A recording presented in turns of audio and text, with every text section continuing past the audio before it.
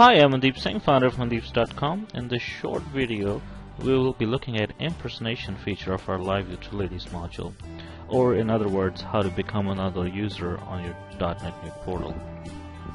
So let's get started. What I have here is the default installation of .NET Nuke, and I'm logged in as a super user host. As long as you're logged in as an admin, you have access to Live Utilities module. So let's see how we can impersonate or become another user. So I'm going to navigate to Users, Manage Users, and this brings me to .NET Nuke Core User Accounts module. This module allows me to search for different users and manage them from a central location. As you can see, I have about 1,003 user accounts on this portal, and I can search for them, look them, edit them, delete them, manage their roles, and so forth. So what I'm going to do is add a new module to this page. I'm going to go ahead and add a Live Utilities module. I'm going to drop it right here. Okay, now that I have the Live Utilities module, I have a bunch of different functionality in Live Utilities, namely import, export, and impersonation. What I want to do here is work with impersonation. When you first add Live Utilities to the page, this will be disabled. So let me show you how does that look.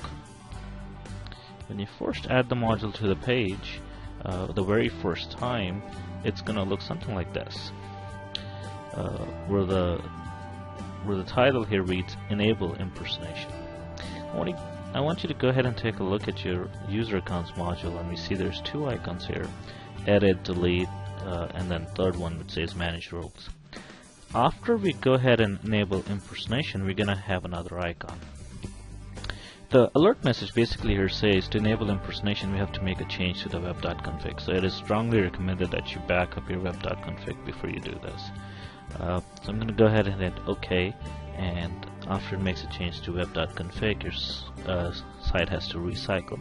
And now that it came back on, I do see the fourth icon, and this icon basically says impersonate or become user.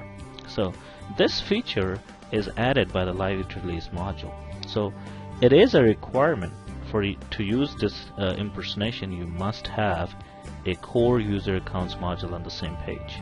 Now it doesn't have to be the admin user accounts page, it could be any page in the portal, just as long as you have both modules together.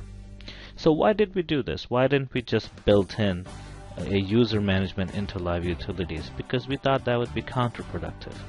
We already have a central place for management of user accounts, and we don't want to reinvent the wheel. We don't want to go ahead and come up with new search functionality and so forth. And this also gives you a central location where you can manage users. So now that we've enabled impersonation just by clicking on that link, all we really have to do is click on this icon to become that user. So let's look at this one. Let's say I want to be Ryan. All I have to do is click on this icon, and now I'm logged in as Ryan. See right here.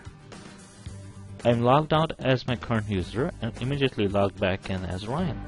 Now because Ryan didn't have access to that admin page I was on, it tells me that I don't have access to view this page. I can go to the regular page and view any other pages to which I have access to, and so forth, but I don't have access to that page. Interestingly enough though, because I'm using the functionality of Live Utilities, it's giving me this switch option. It's telling me you're now logged in as Ryan, but you were originally logged in as a super user. So if you want to switch back, just click here. And if I do so, I'm immediately logged back as in my original super user account. I can go back to my manage users again.